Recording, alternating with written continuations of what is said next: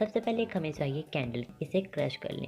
अब इसमें ऐड करें सरसों का तेल, तकरीबन 1 टेबलस्पून इसमें ऐड करने के। अब इन तमाम यानी कि दोनों इंग्रेडिएंट्स को अच्छे से आप लोगों ने मिक्स करना है। चाहे तो आप डबल बॉयल प्रोसेस भी कर सकते हैं, चाहे तो माइक्रोवेव कर लें, जो आप लोगों को ईज़ी लगे आप कर सकते हैं।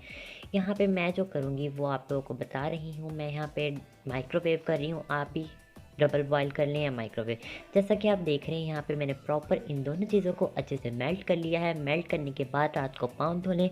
पाँव धोने के बाद इसे नीम गर्म सा अपने पैरों पर अप्लाई करें, पाँव की एड़ियों पे या फिर जोन-जोन से पाँव के हिस्से खुल रहे हैं उधर अप्लाई करें अच्छे से, यानी कि मोटी-मोटी थिक सी लेयर लगाएँ जैसे कि आपको दिखा रहे हैं। जब ये लगाएँगे थोड़ी ठंडी होती जाएगी। जैसे ही अप्लाई कर दें, अप्लाई करने के बाद सॉक्स पहने और सो जाएँ, यानी कि जुराबें पहनकर सो जाएँ। सुबह उठ के आप लोगों ने इसे नीम गर्म पानी के साथ धोना है। नीम गर्म पानी के साथ धोने के बाद आप 3 से 4 इसके रिज़ल्ट देख सकते हैं।